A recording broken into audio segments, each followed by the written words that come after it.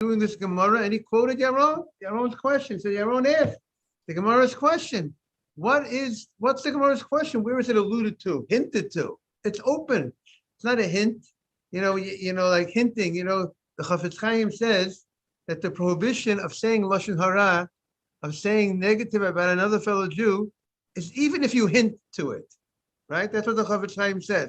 If I hint, if I point to somebody, I point my finger at somebody to say, I hint that he's the bad guy. I don't say it. I hinted to it. That's the prohibition. It's also prohibited. I can't hint to somebody about somebody else in a negative way. That's hinting.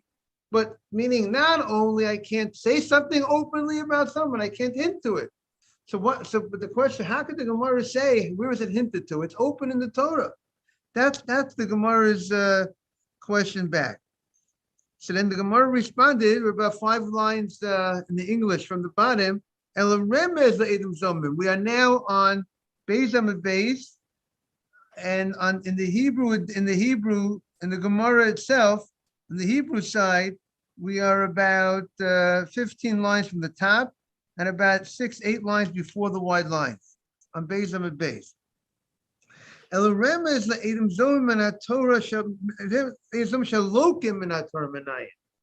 the Gemara's question. Where do we see that Edom Zomim get Malkut? Where do we see that witnesses that frame somebody have the punishment of lashes when you can't give them the normal punishment that goes to witnesses that frame someone? The normal punishment, the pasuk itself tells us, the pasuk that we know openly in the Torah says about Edom Zomimim, V'asitem lo kasher zomim la'asot lachim. That's what is very clear, black and white in the Torah. You do to them what they wanted to do to the other guy. They wanted to obligate him money, you obligate the witnesses money. They wanted to obligate death to the person, you obligate them death. But now we have a new phenomenon. When they wanted to obligate A, you punish them with B. They wanted to obligate the guy to be a Kohen, invalidate the Kohen from Truma. We say, what do we do to those witnesses? We give the witnesses lashes. They wanted to obligate somebody galut. They wanted to frame someone to say he was the one who killed the guy unintentionally. We say we give the witnesses lashes. Where is that in the Torah? Where did the Torah tell us that when you can't give the witnesses what they wanted to do to the other guy, that what do you give them? Malkut, lashes. Where is that? Where do we see that? Good morning, Nathan.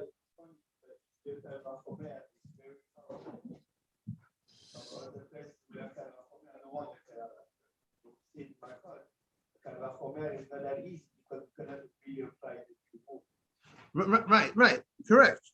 So the Gemara says the following. We have a pasuk. Listen to the pasuk. The pasuk said, when the pasuk says the following: when there is a quarrel between men, and they come to the court, and the court judges the situation, right? That's what Jewish people are supposed to do. If there's a quarrel, dispute, a financial dispute, or whatever other disputes, you go to the Jewish court, the Jewish Beis Din. You can't take another Jew to secular court, right? Only if the Jewish court gives you permission to take them to secular court. You have to get permission. It's called Heter Beis Din. Yes, Yaron. Yeah, so we said, Oma Ula Remez Ezom in the Torah, so Minayin. So the Gemara says, Remez Ezom Zomim, Haksiv, Asitim Lo Kasher Zamam. It says openly, you do to them what, I went back a couple of lines, you do to them what they want to the others. El Remez Ezom Zomim Shalokim in that Torah Minayin. Where did they get the lashes? The Ksiv, here's the pasuk. V'tzpiku et hasadik, v'shiyu es harasha. The pasuk says, the literal translation of the pasuk, the court made righteous the righteous, the tzaddik. They made righteous the one who is righteous, the shiyu, and they made guilty, or they made wicked, or they made the shiyu es harasha, the one who is wicked. So what does it mean? The righteous person is found righteous. They said he is righteous, he is fine, he's doing the right thing, and the other guy is doing the wrong thing. And then the pasuk says right afterwards, what do? They give that guy, the wicked guy, they give the guy who lost the case, they give him malkut. The pasuk says they give him malkut. That's the following. That's how the pasuk concludes. The next pasuk. Morning. Yes, we are in the art scroll. In the art scroll, we're on 2B1, the bottom, the last line on the bottom, and the regular Gemara, we are 5 lines before the wide lines on Beis Amid Beis. Beis Amid Beis. You see where it says V'hitztiku. The first word of the line is V'hitztiku. You got it? Yes, exactly. That Gimel sends you to the pasuk, inside the full pasuk. So now the Gemara's question is, Mishum, usually, what does it sound like in the pasuk? There are 2 litigants. There are 2 people coming to court, and they're having a dispute. So, and you call this guy the tzaddik. This guy is the one who's really honest, and the other guy, is really a rasha. He's really dishonest, and therefore you could refer to him. And you say this guy wins the case. The tzaddik, the guy who's honest, the guy who's righteous, he wins the case. And the guy who's dishonest, that rasha, we'll call him a rasha. He lost the case. But the pasuk says that what follows after they come to the court, you know what follows after the court makes a judgment? The guy gets hit. He gets lashes happen. As if this is the norm that happens when one guy is right and one guy is wrong. You give what follows? Malkut, lashes. Why should lashes follow? If 2 guys have a dispute, and generally when 2 people are arguing, where do lashes come in? Where do malkut come in? Usually, malkut, first of all, malkut comes in, a person violates the Torah, says A, and a person violates. Torah says, don't eat not kosher, and then he willingly goes ahead and eats not kosher. So then there's a punishment of malkut. Torah says, don't wear shatnez, and he willingly wears wool and linen, a garment that has sewn wool and linen stitched together. So that's malkut. Why does it follow when 2 people have a disagreement? One guy is getting, you know what follows? The guy who loses gets hit. Get malkut. Why should that follow? Why should that be the follow-up? So that's the Gemara says.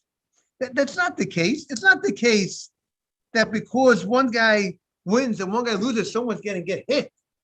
I would say if one guy wins, one guy's going to have to pay the money. If 2 people are arguing, you should the one guy's going to have to shell out money, and one guy's not going to have to shell out money, right?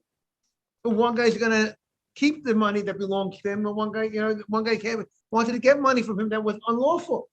But why is the pasuk end with the fact that you know what's going to happen at the end, the conclusion of this case? The guy is going to get hit. Malkut. Why is that the? You hear the question, Nathan, that the Gemara is asking? When 2 people have an argument, and the court has to judge between the 2. Why you would not expect that? You know what's going to be the outcome is going to be? The court is going to make righteous the one who's righteous, the innocent guy. The guy who's guilty is going to be guilty. And you know what's going to follow? Malkut, lashes. But why should lashes, malkut, be the normal? That's like the Gemara, the Torah seems to be saying that's the automatic. That's going to be the consequence. Why should 2 Jews are fighting about something? But you guy gets lashes, okay. But usually you should get lashes if when you go against God, so to speak, but 2 guys have a question, they have an argument, and they come to the court, and the court decides. Sounds like a financial issue. And why should there be malkut? Why should it follow with lashes? That's the Gemara's question. Yes.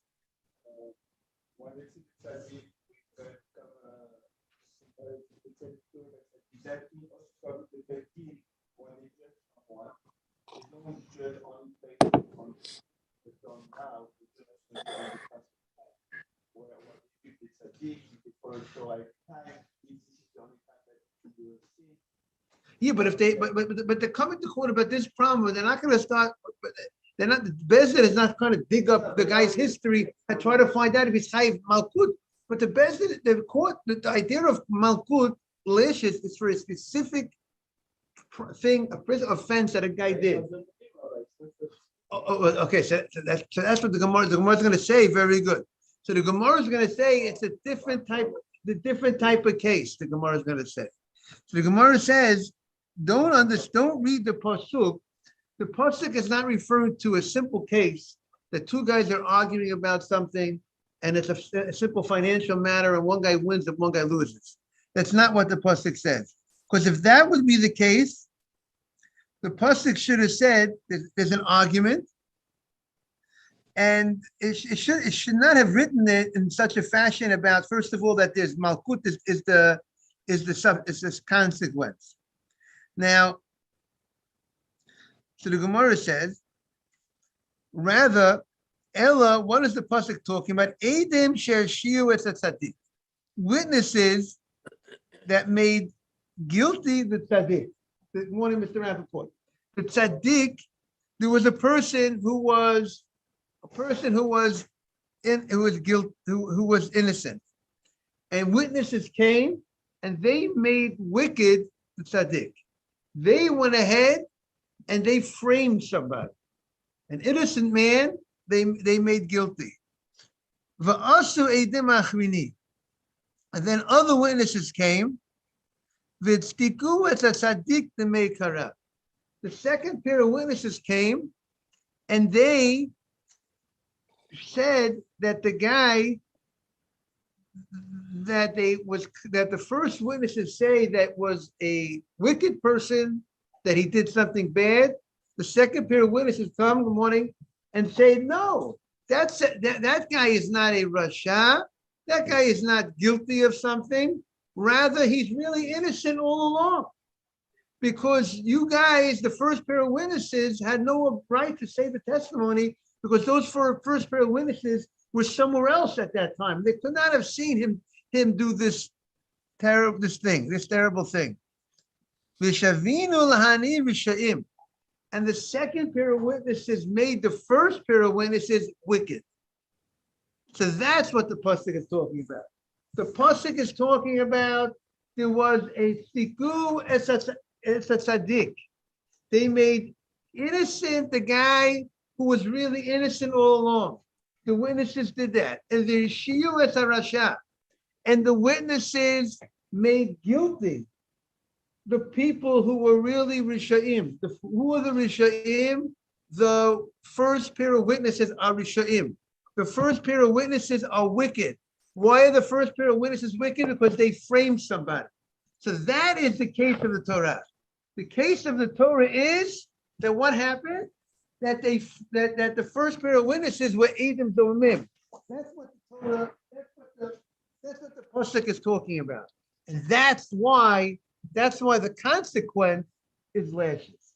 That's why the pasuk is talking about this type of follow-up, that the follow-up is lashes, because the pasuk is talking about Edim Zomimim. And that's the new understanding of this pasuk. So that's why there's a follow-up with lashes. And that's what the Gemara says. He wanted to know, where do we find that Edim Zomimim?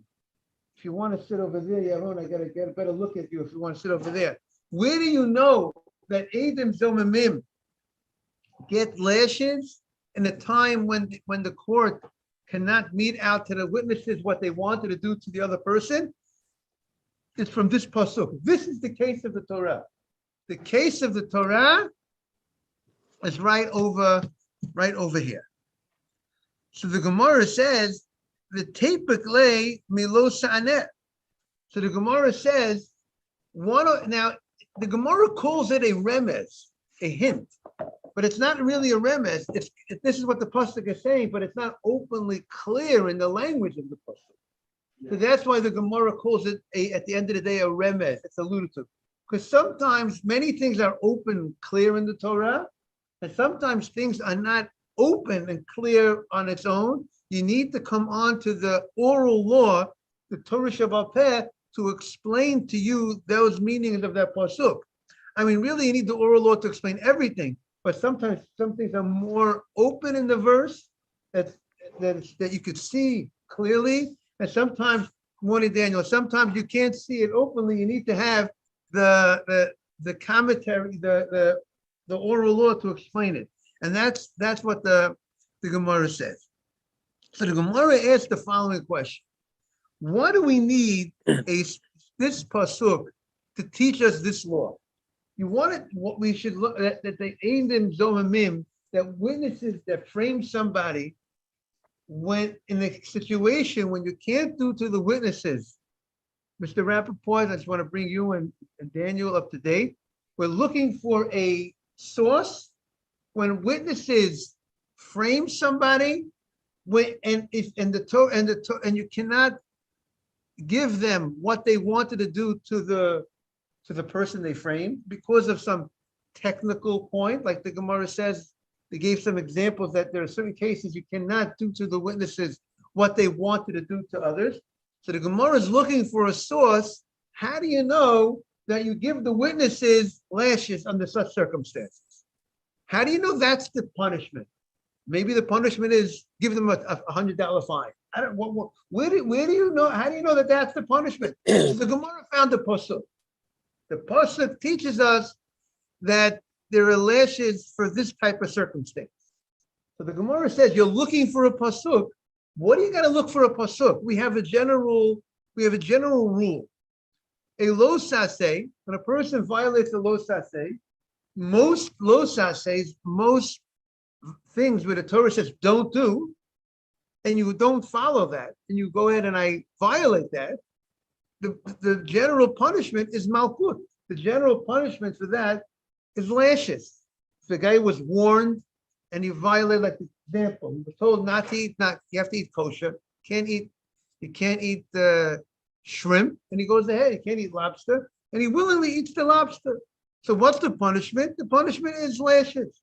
You can't use a razor blade on your beard, and he was warned, and he used a razor blade. The punishment is lashes.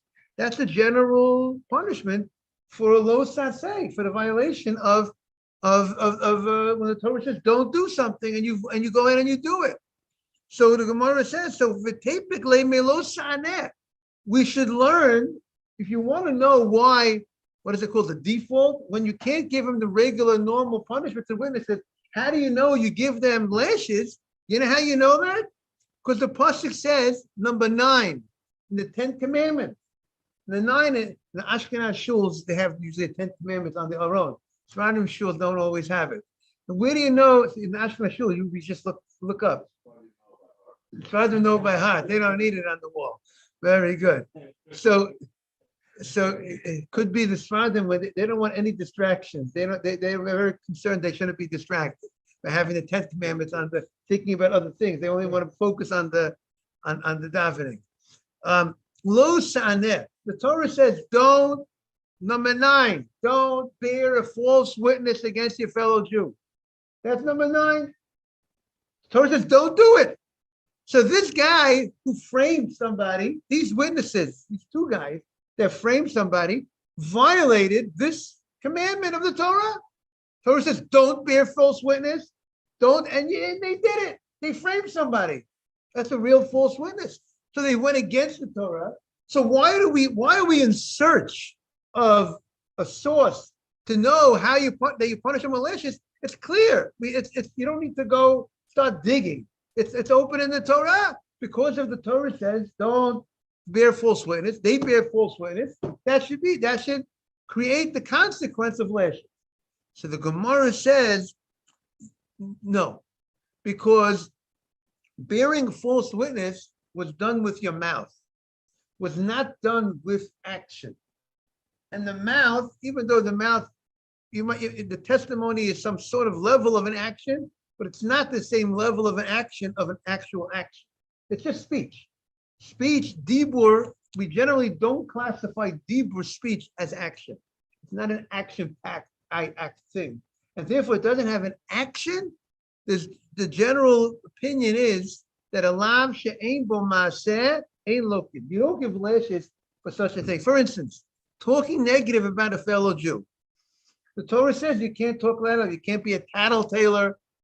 You tell somebody, what somebody said about you, and you snitch on somebody. He said that you're not a nice guy. I violated the Torah. If I go in and I tell you someone said about you that you're not a nice guy, I violated the Torah.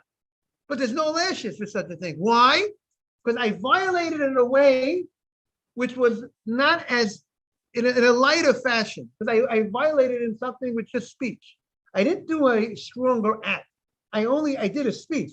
If I go ahead and I do an act, I go in and I eat something, that's more of an action than speech. I go ahead and I use a razor on my beard, that's an action. Speech is not that level of an action that should classify as a obligation of malkut, of lashes. So therefore we need another source to teach us that there's lash in this situation. What'd you say? Right, but it could be.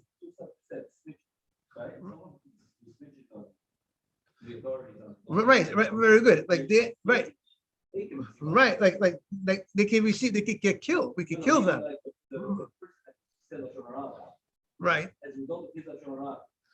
Right. As a result of being a snitch to the government, in the old days, snitch to the government could cause death to somebody. Depending which country you're in. Today, there's something called a moseres hayamita. My father-in-law, Rabbi London of blessed memory, the word moser, a moser, someone who would snitch. It's such a, if you ever see how the response he would have to such a thing, how severe the sin is. Of course, there's something, a person who does blasphemy with his mouth. It's obligated death. There are certain circumstances that we find exceptions to the rule. That we find blasphemy with one's mouth is obligated death. We find other situations that there is, let's say a person curses somebody using Hashem's name, embarrasses someone in public, he loses his olam haba. So in a certain sense, sometimes yes, speech in certain situations could be more severe, but in general, the general principle is, like a lot of things in life, there are exceptions to the rule. Right? You can't desecrate the Shabbat. To save someone's life, you could desecrate the Shabbat, right? Sometimes there are exceptions to the rule. The exception to the rule is, but there's the general rule. The general rule is that the general rule is, right, it's not always, but it's general. The general rule is an action, a prohibition that's violated without an action, we don't give lashes. That's the general rule. There's another exception. A guy gets married and he wants to create a bad reputation for his wife. He says that he says that his wife was active with somebody else. And as a married woman, let's say they had kedushin, he says she was active. Let's say he gave her a ring, a marriage band. The old days, they would have a time between the marriage, the initial part of the marriage and the second part of marriage. Today's day and age, we do everything together. We give her the ring when we betroth her, not the engagement ring. We're talking about at the marriage band at the wedding. We give the marriage band. You say, you marry me with this, and then when you give the engagement ring, you're not marrying her. She's not married. They used to break it in two parts. They would go ahead and they would go ahead and they would buy a marriage band. And then the chuppah they did later. They didn't bring her into the house. They didn't live together until months later. They had maybe up to a year that they gave her time to set up a house. Things are a little different to set up a house. And he was forbidden to live with her during that time period. My grandparents for over a year. My grandmother was Right, she got the marriage band. She got the marriage, but it wasn't an engagement ring. It was a real marriage. Yeah, like today, I guess you call It was similar idea, but our engagement is not. If a person breaks an engagement, there's no, they don't need it to get a to bill a divorce, a Jewish divorce. But in those days, if they would break it, they would need a divorce because they didn't just get engaged to her, they actually married. First process of marriage by giving her this betrothal ring, so to speak. They would say, "Hariyat mukadeshitli," some of those words. You're married to me with this thing. And then months later, they would get married. They would actually move into the house and actually have chuppah. And what happened was, if he goes in and he claims that she was active between the time he gets married to her, then he says she wasn't a Bethulah, she wasn't a virgin. That's what he claims. And he's bad mouthing her and he wants to create death to her. Such a terrible guy. And he bad mouths her. And then they find out it's false. So he has to pay them father money, her father money. He has to get lashes for such a thing too. So we will sometimes give lashes under certain, but the general rule is a lav, a prohibition that does not have action will not get lashes. So that's what the Gemara says. We cannot learn out this punishment of lashes for the Edom Zomim who framed someone from the violation of the Losad thing, the fact that he violated, don't bear a false witness, because that does not have. What do you say? The Zoma didn't do a real strong action. What do you say? Which guy?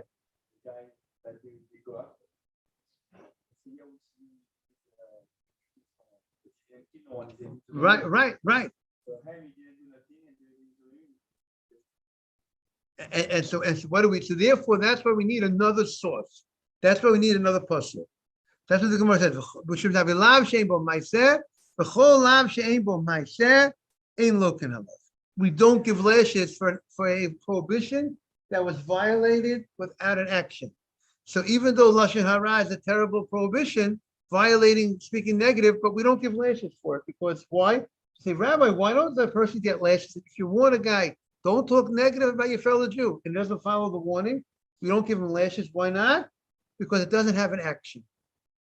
And it could be that maybe the logic I presume behind it most probably would be is because since you did not do much, didn't take much to violate the Torah, you didn't do so much. You just said something. It was like it wasn't such an intense action that you did. So the punishment, the court down here, God did not say that the court down here punishes for such a violation when the violation was done in such a simple, easy fashion. But when you went ahead and you did something, you worked harder for violating the Torah. You actually did something more intense, something more involvement, which is an action, is a more involved thing. That's where the court down here punishes. But of course, the court upstairs deals with a person who talks negative about a fellow Jew. The fact there's no lashes for violating prohibitions that don't carry an action does not mean that God's not going to. God will deal with the person.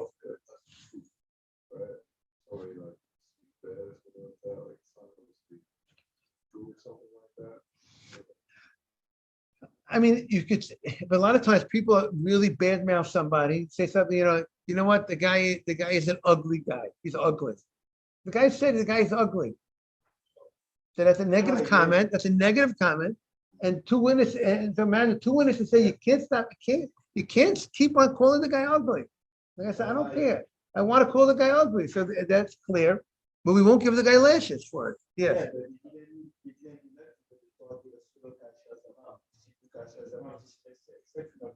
Right. So like the Aaron says, here a guy witnesses just speak bad, they frame somebody. The Torah, and and for framing someone for just speaking, we could kill those witnesses.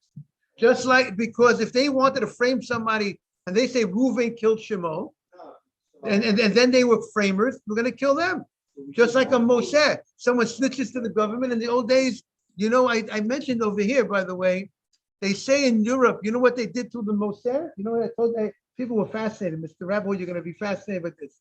In Europe, you know what they did? In some of the supposedly in Eastern Europe, where they would go ahead and if the guy was a Moshe, if a guy was a snitch to the government, you know how they would take care of him? They would drown him in the mikveh.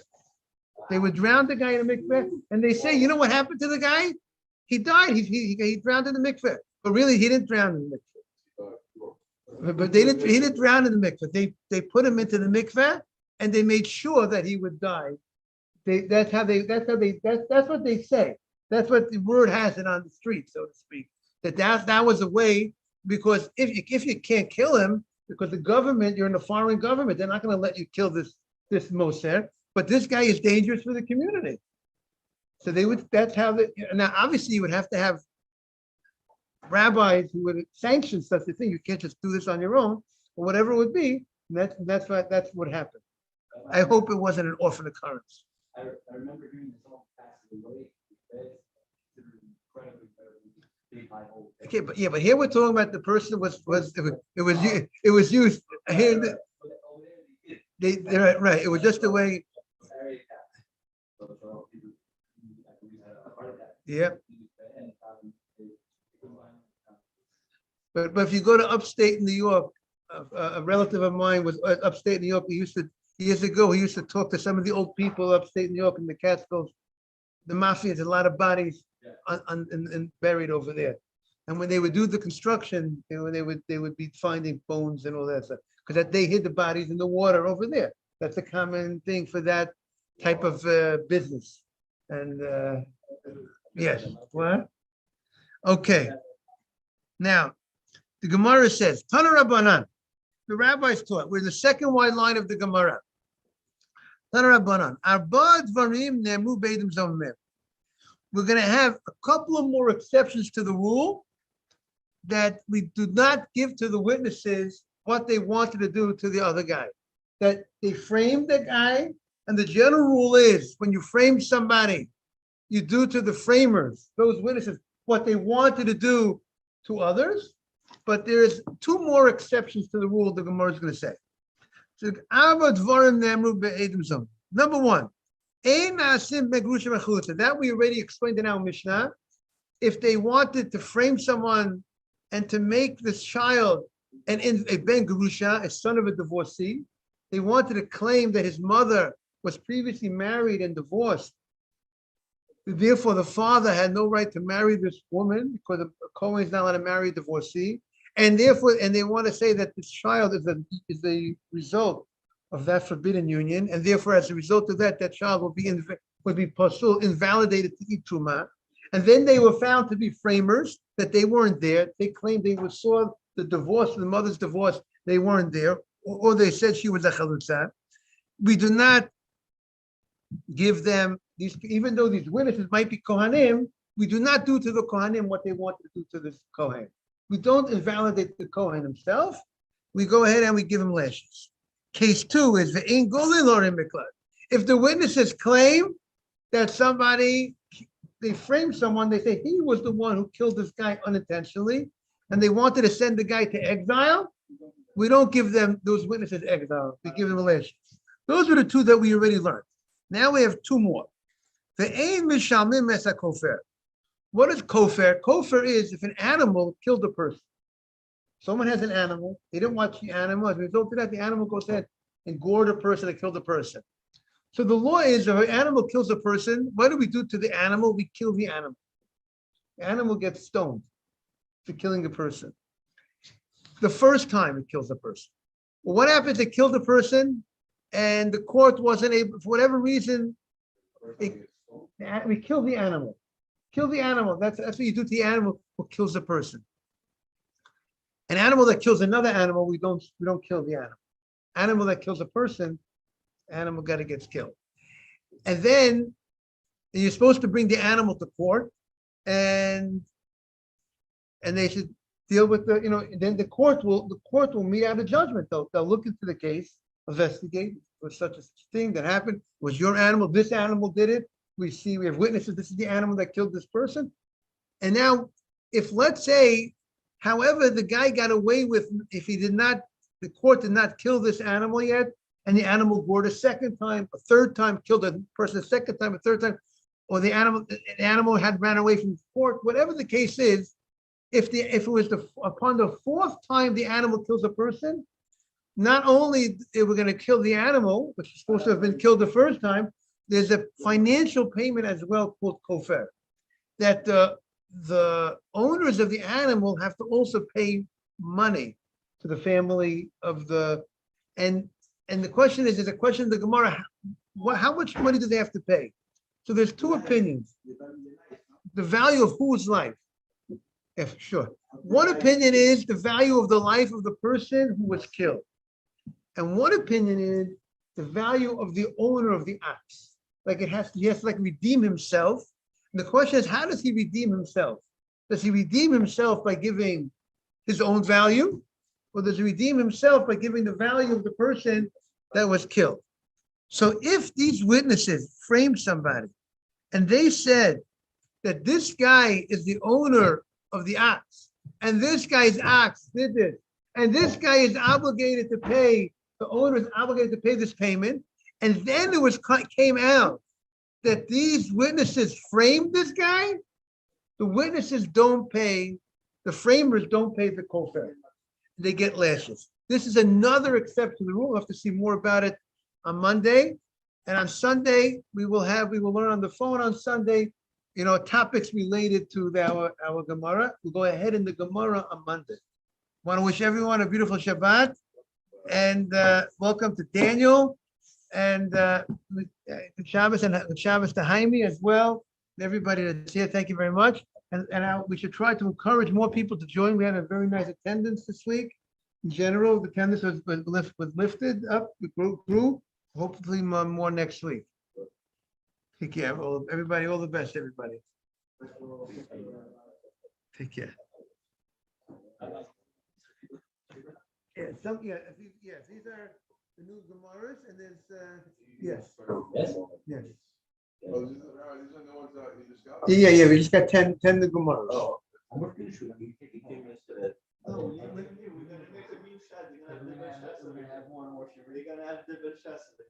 I would definitely think they'll be happy to borrow it anytime you need to borrow it. Have you ever learned